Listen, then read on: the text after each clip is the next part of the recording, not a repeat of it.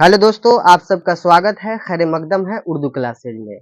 जैसा कि आप लोग जान रहे हैं कि चैप्टर 1 का पार्ट 1 और पार्ट 2 वीडियो बना हुआ है। पार्ट 1 और पार्ट 2 देख लिए हैं आप लोग। उसके बाद ये आप लोगों का बन रहा है ऑब्जेक्टिव, जो कि बहुत ही वीवीआई है।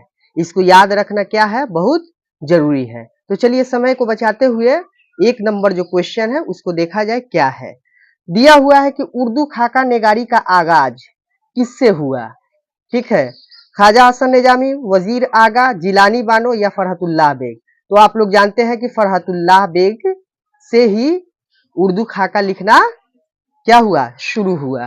फिर आगे बताया गया है कि बेग के उस रिसाला का नाम क्या है जो जुलाई 1927 में तबाह हुई, छपी 1927 में। कौन सा रिसाला है?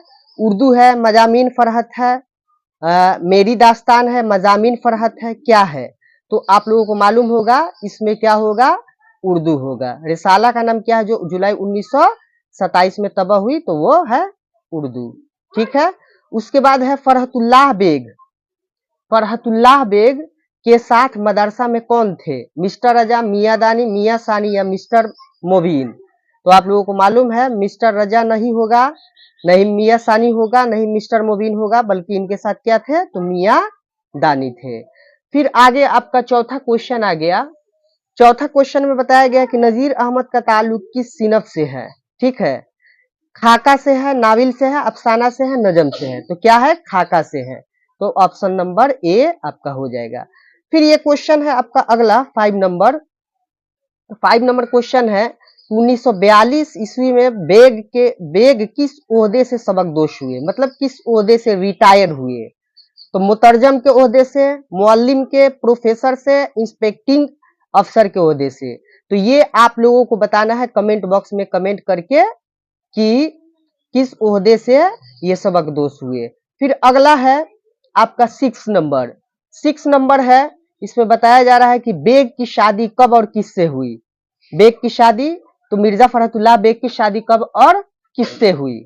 इसमें दिया गया है कि 1908 ईस्वी में हमीदा सुल्ताना से, 1908 ईस्वी में नसीमा सुल्ताना से, 1909 ईस्वी में हमीदा परवीन से, या नसीमा खातून से। तो आपका ऑप्शन बी हो जाएगा, 1908 नसीमा सुल्ताना से हुई, है ना। फिर इसमें 7वां क्वेश्चन जो है आपका, ये 7वां क्वेश्चन है आपका कि बेग का खानदान दिल्ली से हिजरत करके कहाँ गया था। ठीक है, बदख्शा, हैदराबाद, मुजफ्फरपुर, लाहौर। तो इसका ऑप्शन हो जाएगा option number B. Option number A नहीं होगा, ऑप्शन नंबर बी होगा, वो हैदराबाद चले गए थे। ठीक है, फिर आगे है, आगे क्वेश्चन नंबर 8। क्वेश्चन नंबर 8 में बताया जा रहा है कि मिर्जा फरहतुल्लाह बेग के उस्ताद कौन थे। सर सैयद अहमद खां थे, या हाली थे, या नजीर अहमद थे, या शिबली थे। तो आप लोगों को मालूम है मिर्जा फरहतुल्लाह बेग के जो उस्ताद है नजीर अहमद है, ऑप्शन नंबर सी होगा। फिर 9 में दिया हुआ है, 9 में उर्दू का पहला खाका निगार कौन है। उर्दू का पहला खाका निगार कौन है जी, तो फरहतुल्लाह बेग है, मौलवी जकाउल्लाह है, अब्दुल हक है, अब्दुल समद है। तो ये आप लोगों को मालूम होगा कि ए नंबर जो है फरहतुल्लाह बेग है, सबसे पहले खाका लिखने वाले जो अपने उस्ताद के नाम से ही वो खाका लिखे थे अपने उस्ताद के बारे ही में। तो ए नंबर ऑप्शन आपका फरहतुल्लाह बेग करेक्ट है। फिर आपका अगला है 10 नंबर। 10 नंबर में कहा जा रहा है कि नजीर अहमद फरहतुल्लाह बेग के कौन थे। शागिर्द थे, वालिद थे, उस्ताद थे, चचा थे। तो नजीर अहमद फरहतुल्लाह बेग के जाहिर सी बात है कि उस्ताद थे, तो ऑप्शन नंबर सी हो जाएगा। फिर आगे आपका है 11 नंबर। 11 नंबर आपका इसमें है क्वेश्चन कि नजीर अहमद किस मशहूर शख्स के उस्ताद थे। अजीम बेग के, अब्दुल्लाह बेग के, फरहतुल्लाह बेग के, या हशमतुल्लाह बेग के। तो ये ऑप्शन आपका सी हो जाएगा, फरहतुल्लाह बेग के क्या थे, उस्ताद थे। कौन, तो नजीर अहमद। 12 में है, 12th में है आपका फरहतुल्लाह बेग नजीर अहमद के घर क्यों आते थे। इल्मी गुफ्तगू के लिए, या पढ़ने के लिए या पढ़ाने के लिए, डी नंबर तकरीर के लिए। तो आप लोगों को मालूम है कि फरहतुल्लाह बेग नजीर अहमद के घर पढ़ने के लिए जाते थे, तो ऑप्शन नंबर क्या हो जाएगा, बी हो जाएगा। ये आपका करेक्ट है। फिर आपका जो है 13 नंबर में बताया गया है कि नजीर अहमद के कहानी के मुसन्निफ कौन है। नजीर अहमद खुद है? नहीं, ठीक है। फरहतुल्लाह बेग है, रशीद अहमद सिद्दीकी है, अब्दुल हक है। तो नजीर अहमद के कहानी के जो मुसन्निफ है वो है फरहतुल्लाह बेग। ऑप्शन नंबर क्या हो जाएगा, बी करेक्ट होगा। फिर आगे आपका है 13 के बाद 14, ठीक है। 14 नंबर जो क्वेश्चन है वो 14 नंबर क्वेश्चन में क्या कह रहा है, ये देखिए आप। 14 नंबर क्वेश्चन में कहा जा रहा है कि फरहतुल्लाह बेग की कौन सी तसनीफ शामिल निसाब है, ठीक है। फरहतुल्लाह बेग की कौन सी तसनीफ जो है कि हमारे किताब में है, निसाब में है। नजीर अहमद की कहानी है, या अपनी कहानी है, या ऐसी कहानी है, या नजीर की कहानी है। तो आप लोगों को मालूम है कि फरहतुल्लाह बेग जो लिखे अपने उस्ताद के नाम पर एक खाका जिसका नाम है नजीर अहमद की कहानी। ये ऑप्शन नंबर क्या हो जाएगा, एक सही हो जाएगा, ठीक है। फिर आपका अगला है क्वेश्चन कि फरहतुल्लाह बेग शेर खानी में किस तरह की गलतियां करते थे। ये बहुत इंपॉर्टेंट है, ठीक है। इसको याद रखिएगा, कई बार पूछा हुआ है एग्जाम में कि फरहतुल्लाह बेग शेर खानी में किस तरह की गलतियां करते थे। वाहिद जमा की, इमला की, एराब की, या मुहावरा की।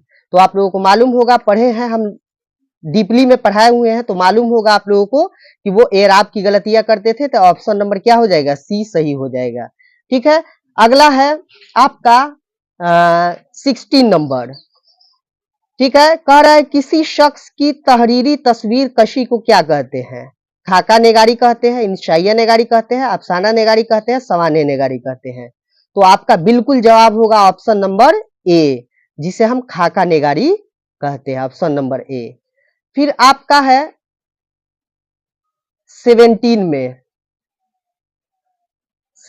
में आपका मिर्जा फरहतुल्लाह बेग के जद्दे अमजद किस बादशाह के जमाने में हिंदुस्तान आए थे। तो आप लोगों को मालूम है, किताब पढ़े हैं तो उसमें था दिया हुआ, शाह आलम सानी के जमाने में, औरंगजेब के जमाने में, शाहजहां के जमाने में, या बहादुर शाह जफर के जमाने में। तो ये क्या होगा आंसर, आप लोग बताइए। आंसर होगा क्या, ए नंबर होगा, शाह आलम सानी के जमाने में, ठीक है। तो ऑप्शन नंबर ए क्या है, एकदम करेक्ट है, ठीक है। उसके बाद 18 नंबर में है मिर्जा फरहतुल्लाह बेग के जद्दे अमजद कौन थे, ठीक है। जद्दे अमजद का नाम क्या था उनके। तो मिर्जा अब्दुल्लाह बेग था, मिर्जा अफजल बेग था, या मिर्जा आरिफ बेग था, या मिर्जा आरिफ बेग था, है ना। इसमें आंसर क्या हो जाएगा आपका, option number B Mirza Afzal Beg है। ये ऑप्शन नंबर बी क्या है, करेक्ट है। फिर है 19 है फरहतुल्लाह बेग के दादा कौन थे।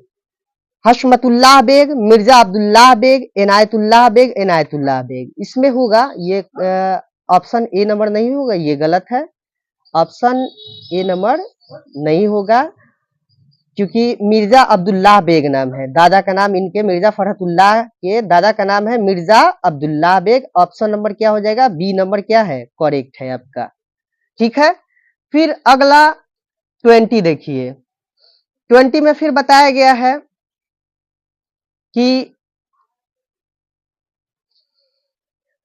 मिर्जा फरहतुल्लाह बेग की पैदाइश कब हुई, 1885 में, 1883 में, 1890 में, 1891 में। तो आप लोग जानते हैं, हम पूरा डीपली में पढ़ाए हैं, आप लोगों को तो मालूम होगा कि खुद अपने मुंह से बोले हुए हैं फरहतुल्लाह बेग कि हमारी पैदाइश 1885 ईस्वी में हुई है। इसलिए ऑप्शन नंबर ए क्या हो जाएगा, सही हो जाएगा। फिर आपका 21 नंबर क्वेश्चन है कि मिर्जा फरहतुल्लाह बेग की पैदाइश कहाँ हुई थी, दिल्ली में, हैदराबाद में, इलाहाबाद में, या कोलकाता में। तो मिर्जा फरहतुल्लाह बेग की पैदाइश कहाँ हुई थी, तो दिल्ली में हुई थी। ऑप्शन नंबर क्या हो जाएगा, ए करेक्ट है, ठीक है। उसके बाद आपका फिर है 23, मिर्जा फरहतुल्लाह बेग की वफात कब हुई, 1947 में, 1945 में, 1944 में, 1946 में। तो आपको मालूम है कि मिर्जा फखरुद्दीन बेग की पैदाइश 1947 में। ऑप्शन नंबर ए क्या है, करेक्ट है। ठीक है, फिर अगला आपका है फखरुद्दीन बेग के मजमुआ मजामीन फरहत के नाम से कितने जिल्दों में शाये हुई? तो आप लोगों को मालूम है डिबली में पढ़ाया गया है 7, 5, 8 या 6। तो इसका आंसर होगा ऑप्शन नंबर ए 7 जिल्दों में। ठीक है, फिर अगला है आपका 25 में ये क्वेश्चन है कि फखरुद्दीन बेग किस मौलवी से कलाम पाक पढ़े?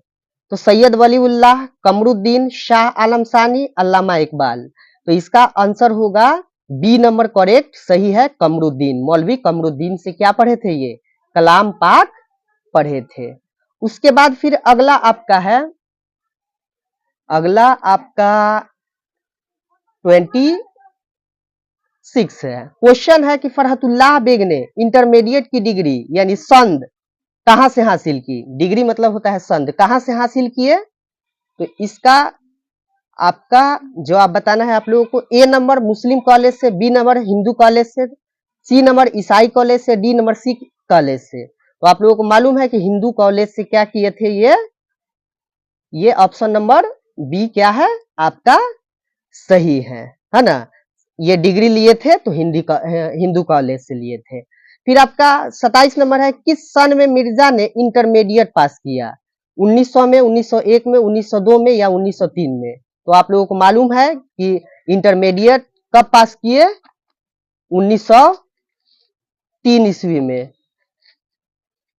ऑप्शन नंबर क्या हो जाएगा, डी, ये करेक्ट है। ठीक है, फिर अगला है आपका 28 नंबर, फखरुद्दीन ने जोडीशील इम्तिहान कब पास किए? 1908 में, 1910 में, 1912 में, 1914 में? तो आपका ये ऑप्शन नंबर बी करेक्ट हो जाएगा, 1910 ईस्वी में हो जाएगा। ठीक है, 29 नंबर है, फखरुद्दीन बेग हाई कोर्ट के इंस्पेक्टिंग ऑफिसर कब बने? तो 1935 में, 1936 में, 1937 में, 1939 में? तो ऑप्शन नंबर डी क्या है आपका करेक्ट है, 1939 में। अब आखिरी क्वेश्चन जो 30 है, आखिरी क्वेश्चन आपका है कि फखरुद्दीन बेग की शादी कब हुई थी? 1908 में, 1907 में, 1906 में या 1909 में? इसका जवाब आपको कमेंट बॉक्स में देना है कि 1908 में है कि 1907 में है कि 1906 में है या 1909 में है। तो यहां तक वीवीआई क्वेश्चन था। आप लोगों से गुजारिश है कि हमारे चैनल को सब्सक्राइब नहीं किए हैं तो बराए मेहरबानी है कि हमारे चैनल को सब्सक्राइब करें, बेल आइकन दबाएं और 12th क्लास के जितने भी स्टूडेंट हैं उन लोगों के पास लिंक भेजिए और उनको भी पढ़ने का मौका दीजिए। आप भी पास होइए और उनको भी पास होने दीजिए। तो आज के लिए इतना।